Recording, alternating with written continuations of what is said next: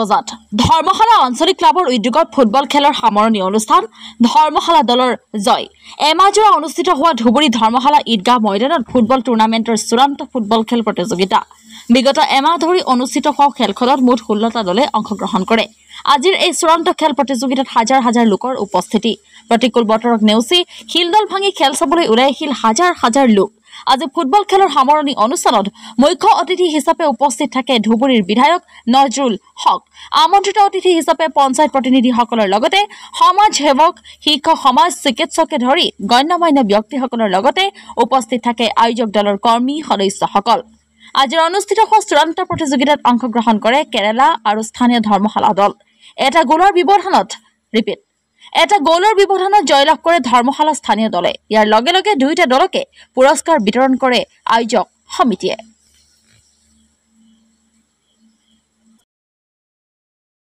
বৃহৎ এলেকাৰ আমাৰ যুৱ সমাজৰ এটা মহৎ উদ্দেশ্য আছে। আপোনালোকে জানে যোৱা প্ৰায় ৩-৪ বছৰ ধৰি প্ৰতি বছৰে 1 মাহ 1.5 মাহ জোৰা আমাৰ ফুটবল টুৰ্ণামেণ্ট ইয়াতে অনুষ্ঠিত হয়। মহৎ উদ্দেশ্যটো হ'ল এইটোৱে যে আজিকালিৰ দিনত দেখা যায় যে যুৱচামে ড্ৰাগছৰ প্ৰতি আসক্ত হৈ অনাহকতে তেওঁলোকৰ শৈশৱ অৱস্থাতে তেওঁলোকে মৃত্যু সাৱটি ল'ব লগা হৈছে।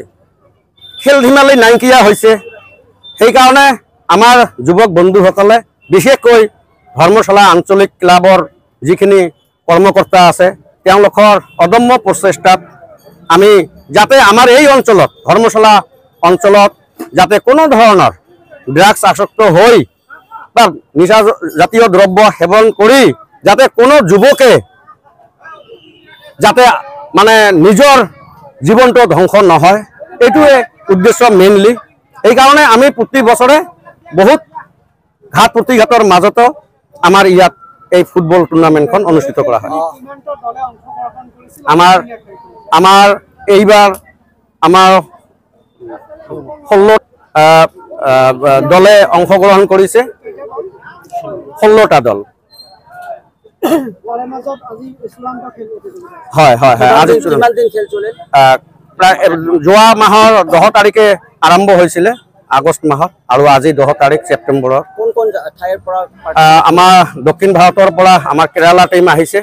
তেওঁলোকে গোটেই টুৰ্ণামেণ্টখনতে ভাল পজিশ্যন আছিলে। আজি তেওঁলোকে পৰাস্ত হ'ল। তেওঁলোকে ৰানাৰ আপ টীম হিচাপে ঘোষিত হৈছে আৰু বিজয়ী হৈছে ধৰ্মশালাৰ লোকেল টীম।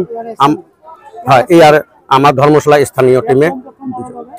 হয় হয় হয়, আমি আকৌ উৎফুল্লিত আৰু ৰাইজও খুব উৎফুল্লিত হৈছে যে ধৰ্মশালাৰ নিচিনা জেগাত ইমান এখন ডাঙৰ খেলত আজি বিজয়ী হৈছে। আমিও উৎফুল্লিত হৈছোঁ। ক্লাবৰ সদস্যও আমাৰ ভাল লাগিছে চবকে। আপনাৰ এই কাৰ্যসূচীটো প্ৰত্যেক বছৰে চলে নেকি? হয়, আমি প্ৰায় 4-5 বছৰ ধৰি বিগত 4-5 বছৰ ধৰি চলাই আহিছোঁ। আপনি তাতে সমাজত আমি আপোনালোকে প্ৰত্যক্ষ কৰিছে আজি আমাৰ মেইন খেল আৰম্ভ হোৱাৰ আগতে আমাৰ সদস্যবৃন্দই বিভিন্ন ধৰণৰ প্লে কাৰ্ড হাতত লৈ গোটেই ফিল্ডৰ চাৰিওপিনে আমাৰ ড্ৰাগছ বিৰোধী অভিযান কৰিছে, মানে শ্লোগান দিছে, ৰেলী কৰিছে, হাজাৰ হাজাৰ মানুহে প্ৰত্যক্ষ কৰিছে।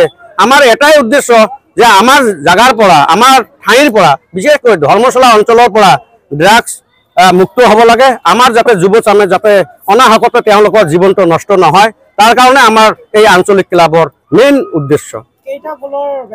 আজি এটা গ'লৰ ব্যৱধানত ধৰ্মশালা ফুটবল টীমে বিজয়ী হৈছে।